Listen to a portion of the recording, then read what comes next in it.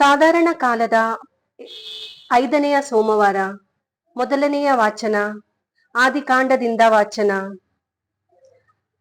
ದೇವರು ಹೇಳಿದರು, ಹಾಗೆಯೇ ಆಯಿತು. ಆದಿಯಲ್ಲಿ ದೇವರು ಸ್ವರ್ಗವನ್ನು ಭುವಿಯನ್ನು ಸೃಷ್ಟಿ ಮಾಡಿದರು. ಭುವಿ ನಿರಾಕಾರವಾಗಿಯೂ ಬರಿದಾಗಿಯೂ ಇತ್ತು. ಆದಿಸಾಗರದ ಮೇಲೆ ಕಗ್ಗತ್ತಲು ಕವಿದಿತ್ತು. ದೇವರಾತ್ಮ ಜಲರಾಶಿಯ ಮೇಲೆ ಚಲಿಸುತ್ತಿತ್ತು. ಆಗ ದೇವರು ಬೆಳಕಾಗಲಿ ಎನ್ನಲು ಬೆಳಕಾಯಿತು. ದೇವರ ಕಣ್ಣಿಗೆ ಅದು ಚೆನ್ನಾಗಿ ಕಂಡಿತು. ಅವರು ಬೆಳಕನ್ನು ಕತ್ತಲೆಯನ್ನು ಬೇರೆ ಬೇರೆ ಮಾಡಿ ಬೆಳಕಿಗೆ ಹಗಲೆಂದು ಕತ್ತಲಿಗೆ ಇರುಳೆಂದು ಹೆಸರಿಟ್ಟರು. ಹೀಗೆ ಬೈಗೂ ಬೆಳಗೂ ಆಗಿ ಮೊದಲನೆಯ ದಿನವಾಯಿತು.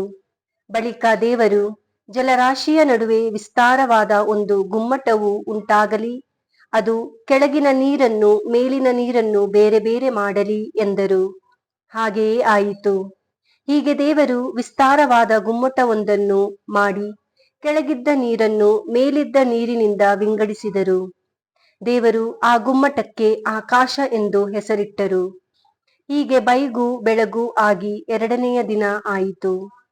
ಅನಂತರ ದೇವರು ಆಕಾಶದ ಕೆಳಗಿರುವ ನೀರೆಲ್ಲ ಒಂದೇ ಸ್ಥಳದಲ್ಲಿ ಕೂಡಿಕೊಳ್ಳಲಿ, ಒಣನೆಲವು ಕಾಣಿಸಿಕೊಳ್ಳಲಿ ಎಂದರು.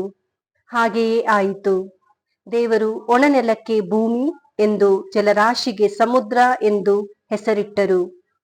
ದೇವರ ಕಣ್ಣಿಗೆ ಅದು ಚೆನ್ನಾಗಿ ಕಂಡಿತು.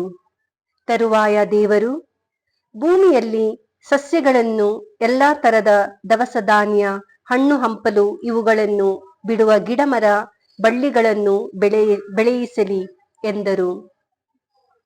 ಅದು ಹಾಗೆಯೇ ಆಯಿತು. ಭೂಮಿಯಲ್ಲಿ ಸಸ್ಯಗಳು ಬೆಳೆದವು. ಎಲ್ಲಾ ತರದ ದವಸ ಧಾನ್ಯಗಳನ್ನು, ಹಣ್ಣು ಹಂಪಲುಗಳನ್ನು ಬಿಡುವ ಗಿಡಮರ ಬಳ್ಳಿಗಳು ಕಾಣಿಸಿಕೊಂಡವು. ದೇವರ ಕಣ್ಣಿಗೆ ಅವು ಚೆನ್ನಾಗಿ ಕಂಡವು.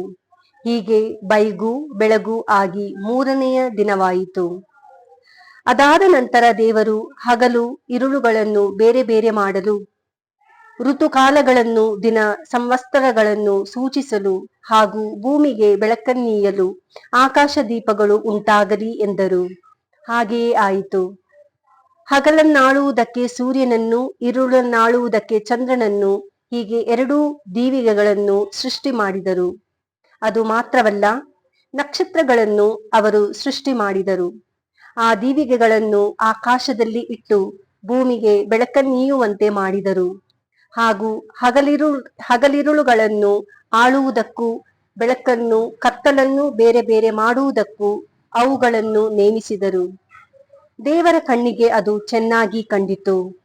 ಹೀಗೆ ಬೈಗೂ ಬೆಳಗೂ ಆಗಿ 4ನೆಯ ದಿನ ಆಯಿತು. ಪ್ರಭುವಿನ ವಾಕ್ಯವಿದು.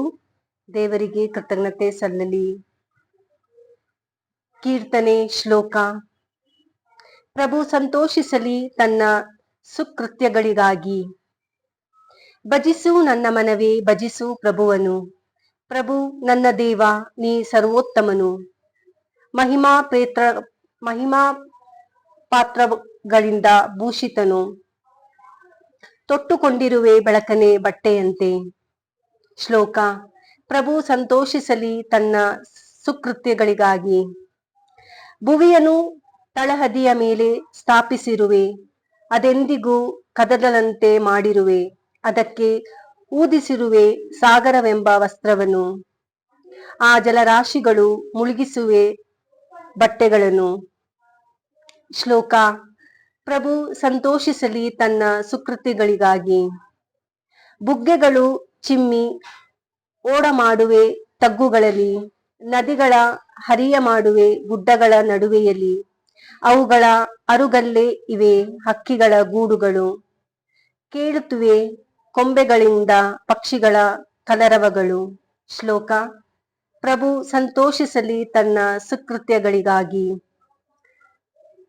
ಸೃಜಿಸಿರುವೆ ಎಲ್ಲವನ್ನು ಸುಜ್ಞಾನದಿಂದ, ಜಗವೆಲ್ಲ ತುಂಬಿದೆ ನಿನ್ನ ಸೃಷ್ಟಿಯಿಂದ. ಆತನಲ್ಲೇ ಹರ್ಷಿಸಲಿ ನನ್ನ ಮನ. ಶ್ಲೋಕ. ಪ್ರಭು ಸಂತೋಷಿಸಲಿ ತನ್ನ ಸುಕೃತ್ಯಗಳಿಗಾಗಿ. ಘೋಷಣೆ. Hallelujah, hallelujah.